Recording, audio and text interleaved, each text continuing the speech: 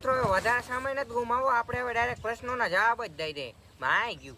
તો પેલો ક્વેશ્ચન એ છે, તો આ ભાઈ કહે છે કે પેઠિયા તને મુંબઈ હોલીવુડમાંથી ઓફર આવે તો તું જાય? પહેલાં તો ભાઈ હું જાઉં જ નહીં, કારણ કે મને એ મેળ જ ના આવે, પણ એ લોકોનું માન રાખવા માટે એમ કહી દઉં હા વાટ જોજો આવી. તો હાલો વધ્યા આગલા ક્વેશ્ચન ઉપર. આખો કહે છે કે આજે નિશાળે ભણવા ગયો તો. ભાઈ ભણવાની વાત કરું ને તો હું હમણાં જાતો જ નથી. તો મિત્રો હવે વધીએ નવા ક્વેશ્ચન ઉપર. તો આ કોક છે એ કહે કે ભાઈ તે તારું જીમ કેટલામાં બનાવ્યું, જીમનું લોકેશન કે. તો મિત્રો જીમનું કંઈ ફિક્સ લોકેશન નથી, જ્યાં પાણા દેખાણા પાણા પકડીને બાયસેપ ટ્રાયસેપ કરવા જ માંડવાનું.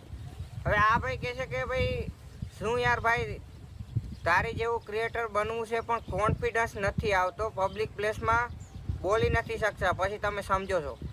હા એક શું કહેવાય ક્રિએટરો ઘણા જોયા છે જે મતલબ ફોનમાં બોલી દે પણ પબ્લિકમાં જાય ને બોલવા